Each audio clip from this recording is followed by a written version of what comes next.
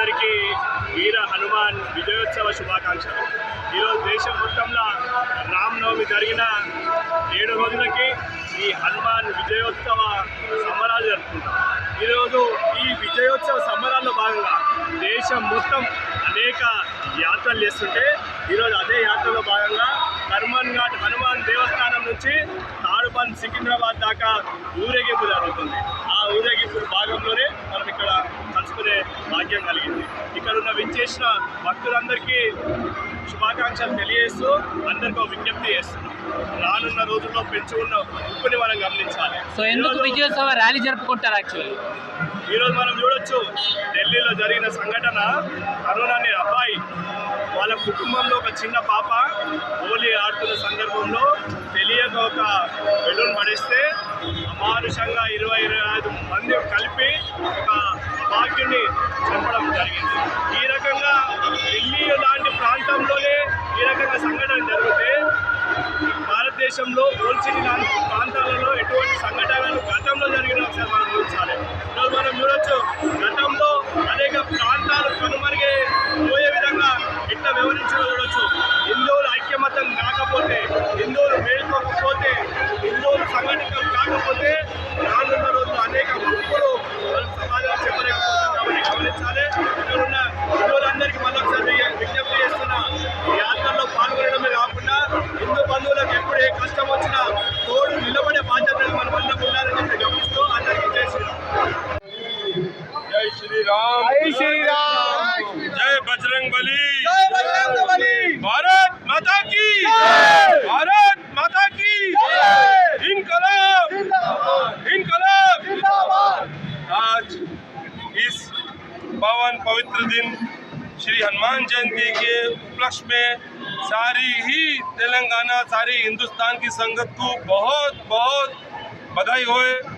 आज इस पवन पुत्र हनुमान जी के जन्म दिहाड़े के उपलक्ष्य में जो हर साल हमारे मक्खन शाह जी, संदीप सिंह जी, सिमरन सिंह जी और इनकी जो टीम है इधर करीब 7-8 साल से सेवा कर रहे हैं, लंगर की सेवा कर रहे हैं, लोड़मंदों की सेवा कर रहे हैं, तन मन और धन से सेवा निभा रहे हैं बहुत ही अच्छी तरह से।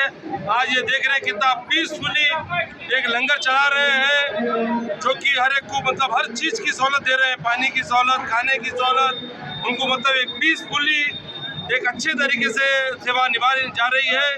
मैं भगवान से प्रार्थना करूंगा कि इनको हमेशा बल बख्शे, इसी तरह सेवा करने का बल बख्शे लोगों को। बहुत ही अच्छी तरह से टीम वर्क से ये सेवा निभाई जा रही है। आप देख रहे हैं यहाँ पर कोई जाति या कोई मतभेद नहीं। यहाँ पर हिंदू, मुस्लिम, सिख, ईसाई सब आपस में भाई भाई सेवा हो रही है। हर आदमी सिर्फ उन सबके दिल में एक ही भाव है कि सेवा।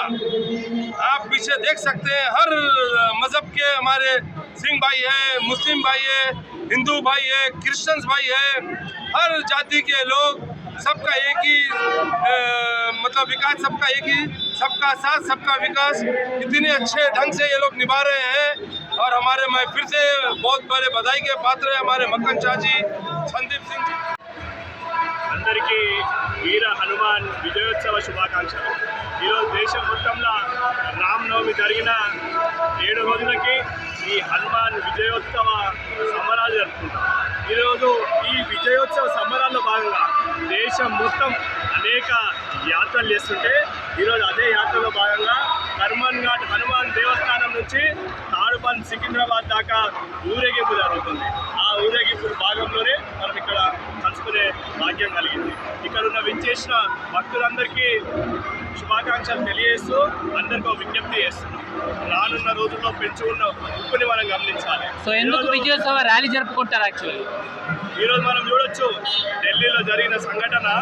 కరోనాని అబ్బాయి వాళ్ళ కుటుంబంలో ఒక చిన్న పాప హోలీ ఆడుతున్న సందర్భంలో తెలియక ఒక బెలూన్ పడేస్తే అమానుషంగా 20-25 మంది కలిపి ఒక భాగ్యుని చంపడం జరిగింది.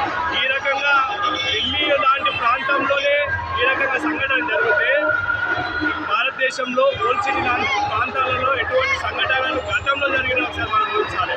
ఈరోజు మనం చూడొచ్చు, గతంలో అనేక అనేక ప్రాంతాలు కనుమరుగే పోయే విధంగా ఎట్లా వివరించాలో చూడొచ్చు. హిందువులు ఐక్యమతం కాకపోతే, హిందువులు మేల్కోకపోతే, హిందువులు సంఘటితం కాకపోతే